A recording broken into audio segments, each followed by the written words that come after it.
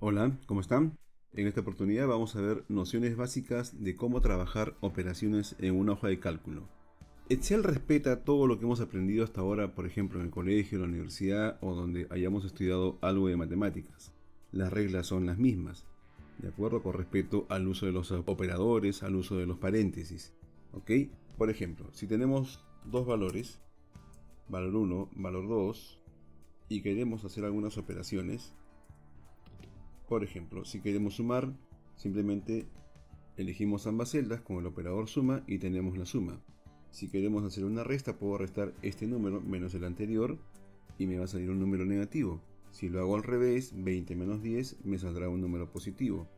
Si yo, por ejemplo, a este resultado, donde resto 10 menos 20, yo podría colocarle o podría encerrar todo esto entre paréntesis y sigo obteniendo lo mismo. Pero si coloco el signo menos antes del paréntesis, lo que estoy haciendo es convertir ese valor negativo en positivo. ¿De acuerdo? Se está respetando la regla de los signos.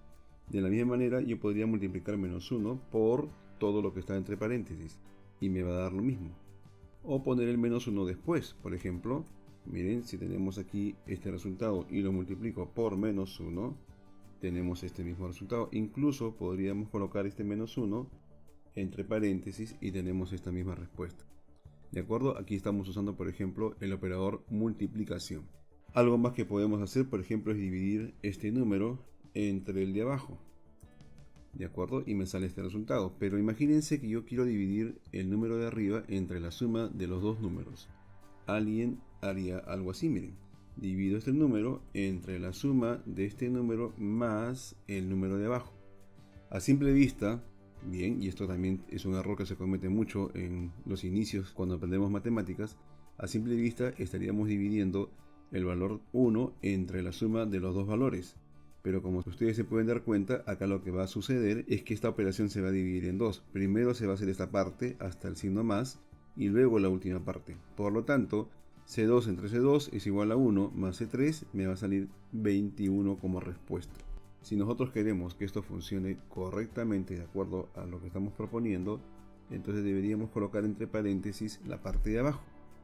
Y ahora tenemos esta respuesta. Y miren qué pasaría si yo coloco menos. Como lo de abajo va a salir negativo, entonces positivo entre negativo me va a dar un valor negativo. ¿De acuerdo? Entonces seguimos trabajando y operando valores de esta forma.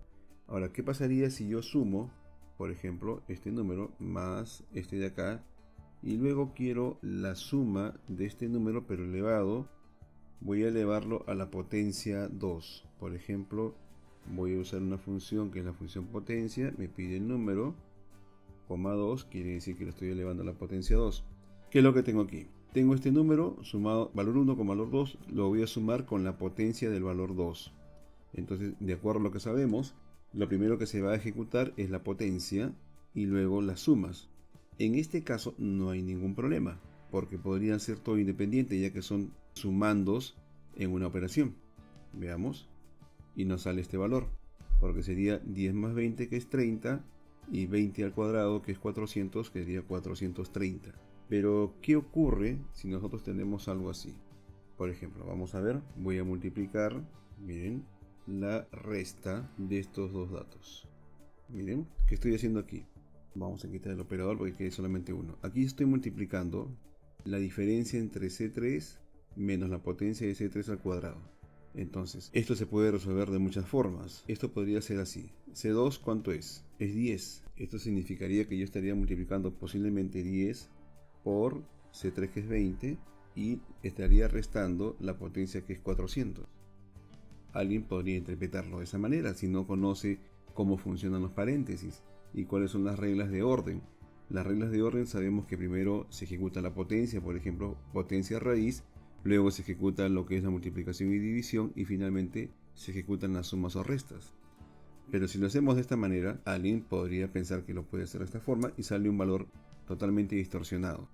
Pero si respetamos las reglas de orden, sabemos que lo primero que se va a ejecutar es la potencia, 400. Luego restamos 20 menos 400, nos queda menos 380. Y si lo multiplicamos por 10, sería menos 3800.